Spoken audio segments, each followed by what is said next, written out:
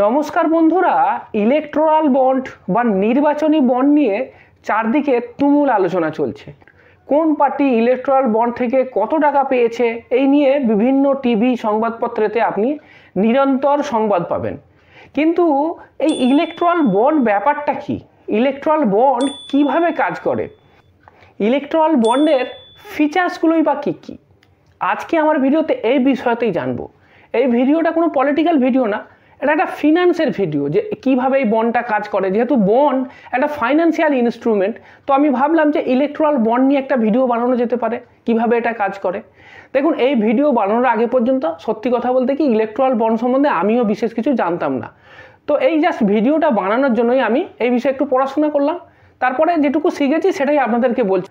প্রথম যে প্রশ্নটা, যে ইলেকটোরাল বন্ড ব্যাপারটা কি? দেখুন, ইলেকটোরাল বন্ড হলো একটা মোড, যে মোডের সাহায্যে কোনো পলিটিক্যাল পার্টিকে ফান্ড দেওয়া যায়, অর্থাৎ পলিটিক্যাল পার্টিকে ফান্ডিং করা যায়। এই যে ইলেকটোরাল বন্ড, এই ইলেকটোরাল বন্ডটা ফিনান্স বিলে এসেছিল 2017 সালে। ইউনিয়ন বাজেট 2017-18তে যখন ফিনান্স মিনিস্টার ছিলেন অরুণ জেটলি, তখনই এই বিলটা ইন্ট্রোডিউস করা হয়েছিল। এইবার প্রশ্ন হলো যে এই ইলেকটোরাল বন্ডটা কিভাবে কাজ করে, এটাই অনেকের বড় প্রশ্ন। মনে করুন আপনি আমাকে 1000 টাকা দিতে চান। এবার 1000 টাকা আপনি কিভাবে দেবেন? আইদার তো ক্যাশে দেবেন অথবা ব্যাংক দিয়ে ট্রান্সফার করবেন। এবার ক্যাশে দেওয়ার অসুবিধা হচ্ছে, যদি আপনি অনেক টাকা দিতে চান তাহলে তো এত ক্যাশ দেওয়া সম্ভব না। সেক্ষেত্রে আরেকটা অপশান হতে পারে যে আপনি আমাকে ব্যাংকে টাকা দিলেন, কিন্তু ব্যাংকে যদি টাকা দেন তার যে আইডেন্টিটি সেটা ডিসক্লোজ হয়ে যাবে, জেনে যাব যে কে কাকে টাকা দিচ্ছে। তাহলে এমন একটা ব্যবস্থা করা যেতে পারে, যে ব্যবস্থায় টাকাটা ব্যাংকের থ্রু দিয়েই যাবে, কিন্তু কে টাকাটা দিচ্ছে সেইটা জানা যাবে না। তো সেটা কিভাবে সম্ভব? সেটা সম্ভব একটা বন্ড ইস্যু করে। এবার এই বন্ডটা কি? বন্ড মানে হলো একটা প্রমিশনারি নোট, মানে একটা কাগজ, যে কাগজটা যার কাছে থাকবে সে সেই কাগজের মূল্যটা দাবি করতে পারে। মনে করুন এসবিআই একটা 1000 টাকার বন্ড ইস্যু করলো। আমি কি করলাম? টাকা দিয়ে ওই 1000 টাকার বন্ডটা কিনে নিলাম। কিনে নিয়ে আমি কি করলাম? আপনাকে দিয়ে দিলাম। যখন এবার আপনার কাছে থাকবে, আপনি চাইলে সেই বন্ডটা ভাঙিয়ে সেই বন্ডের টাকাটা নিয়ে নিতে পারেন। এখানে মজাটা এটা ইলেকটোরাল বন্ডেতে, যে যে কিনছে তার নামটা কিন্তু বন্ডে কোথাও লেখা থাকবে না। তার মানে কি হলো? যে বন্ড যে বায়ার, তার আইডেন্টিটিটা ডিসক্লোজ হলো না। এবার বন্ডটা কে ইস্যু করবে? বন্ডটা ইস্যু করবে স্টেট ব্যাংক। তো স্টেট ব্যাংক বন্ডটা ইস্যু করলো। সেই বন্ডটা ইস্যু করার পরেতে যে পার্টিকে ডোনেট করতে চায়, যে ইন্ডিভিজুয়াল হতে পারে, সংস্থা হতে পারে, তারা এসবিআই থেকে সেই বন্ডটা কিনলো। মিনিমাম 1000 টাকা থেকে শুরু হয়, এরপরে তো লাখো কোটি টাকার পর্যন্ত হতে পারে। তো সেই বন্ডটা কিনলাম, কিনে আমার পছন্দের পলিটিক্যাল পার্টিকে দিয়ে দিলাম। সেই পলিটিক্যাল পার্টি এই বন্ডটাকে ডিপোজিট করে তাদের অ্যাকাউন্টে সেই টাকাটা নিয়ে নিল। এইবার এই যে ডোনারের যে ইনফরমেশন, তার আইডেন্টিটি কোথাও ডিসক্লোজ হবে না। ইভেন ইলেকশন কমিশন অফ ইন্ডিয়ার কাছেতেও এই তথ্যটা থাকবে না। এতদিন পর্যন্ত এটাই নিয়ম ছিল, এখন নিয়মটা চেঞ্জ হয়ে গেছে। এখন কি হচ্ছে সেটা তো পরে বলছি। এতদিন পর্যন্ত এটাই ছিল ইলেকটোরাল বন্ডের নিয়ম। এইবার আপনাকে বলে দিই যে এই ইলেকটোরাল বন্ডের ফিচার্সগুলো কী কী। ফিচার্সগুলো মানে বলছি সুপ্রিম কোর্ট এই যে নতুন রায় দিয়েছে তার আগে পর্যন্ত, এতদিন পর্যন্ত আর ফিচার্সটা কীরকম ছিল। প্রথম ফিচার্স যেটা, সেটা হলো অ্যানোনিমিটি। যেটা প্রথমেই বলছিলাম যে এই বন্ডটা কে কিনেছে সেইটা কিন্তু প্রকাশ হবে না, এই তথ্যটা হচ্ছে একদম কনফিডেন্সিয়াল। তো এই কারণের জন্য কি হচ্ছে, যে পারচেজার অফ দ্য বন্ড, মানে যারা বন্ডটা পারচেজ করে গিফট করছে বা পলিটিক্যাল পার্টিকে দান করছে, তাদের আইডেন্টিটি কিন্তু প্রকাশ হতো না। 2 নম্বর হলো এর লিগাল ফ্রেমওয়ার্ক। এই বন্ডটা লিগাল হয়েছিল 2017 সালে। 2017 সালে ফিনান্স বিলসে এটা পাস হয়েছিল, যে এবং তারপরে এই বন্ডটা লিগাল হয়েছিল।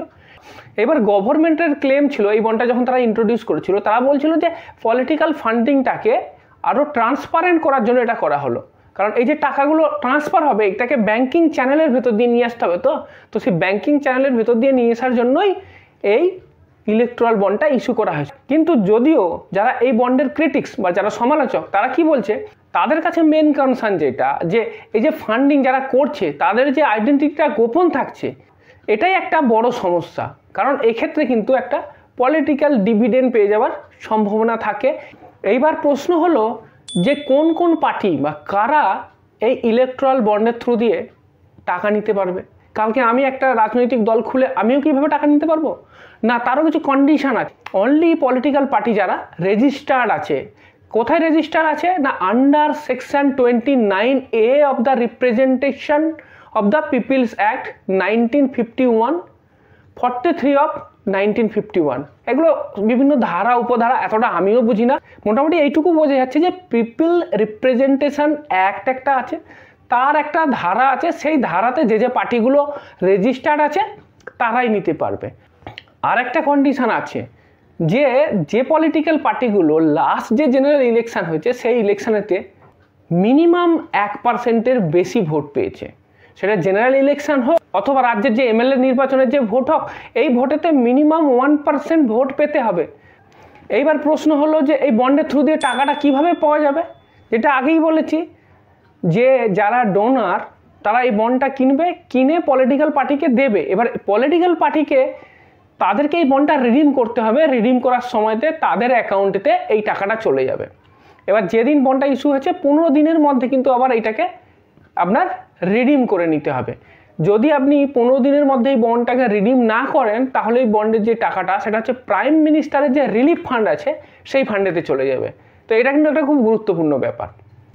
এইবার বন্ডের ডিনোমিনেশান মানে কত টাকার বন্ড কেনা যাবে, যেমন হয় না টাকার 10 টাকা 20 টাকার নোট, 50 টাকার নোট, 100 টাকার নোট, তেমনি বন্ডেরও ডিনোমিনেশান আছে। মিনিমাম ডিনোমিনেশান হচ্ছে 1000-এর, ম্যাক্সিমাম 1 কোটি টাকার পর্যন্ত ডিনোমিনেশানের এই বন্ড হয়।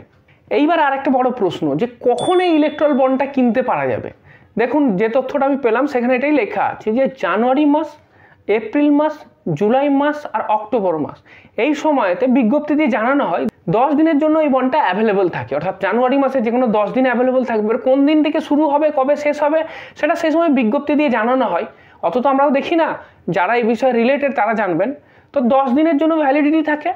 আর যখন জেনারেল ইলেকশন হয়, মানে যে বছর ইলেকশন হবে, যেমন ধরুন এবছর লোকসভার ভোট হচ্ছে এরকম টাইপের আর কি, জেনারেল ইলেকশনের বছরে 30 দিন পর্যন্ত এক্সট্রা ভ্যালিডিটি থাকবে। এইবার এই বন্ডের ভ্যালিডিটি কত, মানে বন্ডটা কতদিন পর্যন্ত রাখা যাবে। দেখুন এই বন্ডের ভ্যালিডিটি হচ্ছে 15 দিন, মানে বন্ড নেবার পরে 15 দিনের মধ্যে এটাকে আপনাকে রিডিম করে নিতে হবে। তা না হলে কি হবে সেটা তো আগেই বললাম যে প্রাইম মিনিস্টার রিলিফ ফান্ডেতে ওই বন্ডের টাকাটা চলে যাবে। এইবার এই বন্ডের এটা বড় একটা কনসার্ন যে কে টাকাটা দিচ্ছে সেইটা জানা যাচ্ছে না, মানে without knowing the source of fund political পার্টিগুলো টাকা নিচ্ছে। এই যে ট্রান্সপারেন্সিটা নিয়ে কিন্তু বড় প্রশ্ন, তো অনেকেই এইটা কিন্তু একটা বড় প্রশ্ন হিসাবে তুলে ধরছেন। এইবার এতদিন পর্যন্ত এই নিয়মটাই ছিল এবং বন্ডের এই ফিচার্সটাই ছিল। এবার কি হয়েছে যে 15ই ফেব্রুয়ারি 2024 সালে সুপ্রিম কোর্টের 5 জাজের একটা বেঞ্চ, যার মধ্যে হেড হচ্ছে চিফ জাস্টিস DY চন্দ্রচূড়, তারা কিন্তু বলছে যে এই ইলেকট্রাল বন্ড এই যে স্কিম এটা সম্পূর্ণ আনকনস্টিটিউশনাল, মানে অসাংবিধানিক। কেন অসাংবিধানিক? কারণ its violate the right to information act. একটা অ্যাক্ট আছে না যেটাকে বলা হয় RTI, মানে আপনার তথ্য জানার অধিকার, সেই RTI অ্যাক্টটাকে ভায়োলেট করছে। এবং তার সাথে সাথে voters right to information act about political funding under article 19(1)A of the constitution.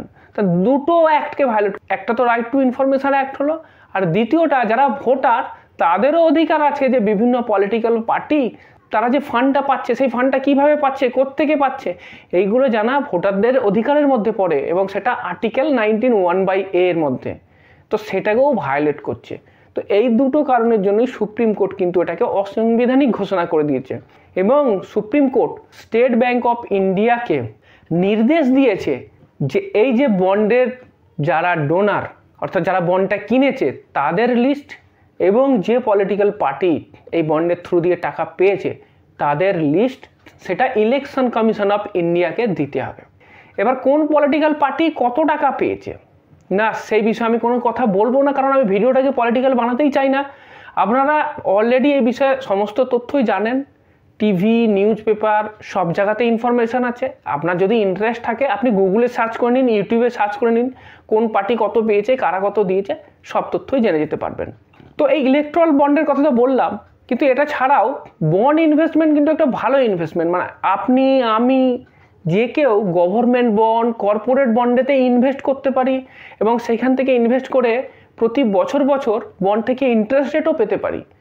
তো সেই বন্ড ইনভেস্টমেন্ট সম্বন্ধে যদি আপনি জানতে চান তাহলে আপনি আমার বাঁ দিকের ভিডিওটাতে ক্লিক করুন।